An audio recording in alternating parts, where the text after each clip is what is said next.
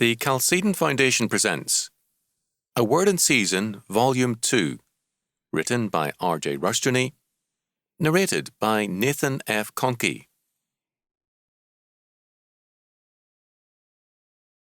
1. Guerrilla Country.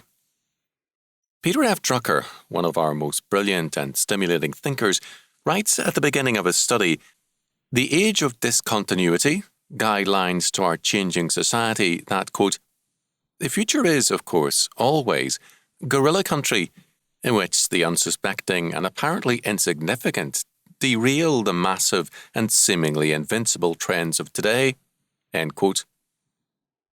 The sense in which Drucker uses this expression is intelligent and understandable.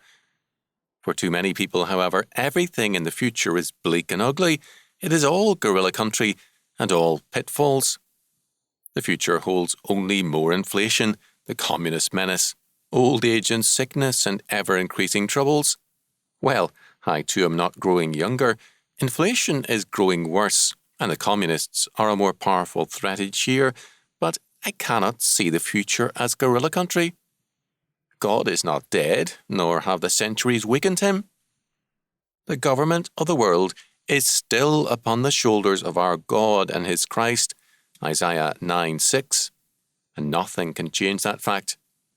Moreover, God's word, which cannot lie, declares that, quote, "all things work together for good to them that love God, to them who are the called according to his purpose," Romans 8:28. Our real problem is not enemies lurking in our future. We are the problem, and our apostasy from God. We have forsaken God, despised his laws, and pursued our own ways in contempt of him. It is God whom we should love and obey, whom we need to fear, because it is he whom we have most offended.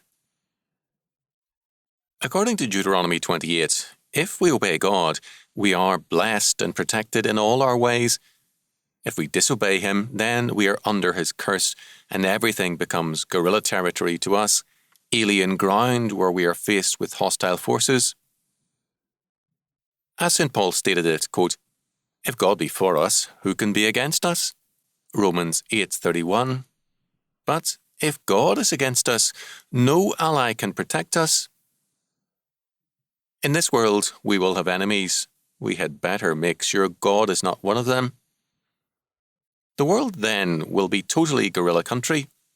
But if we walk by faith and in obedience to his law, this is then our Father's world, and we are in Christ heirs of it.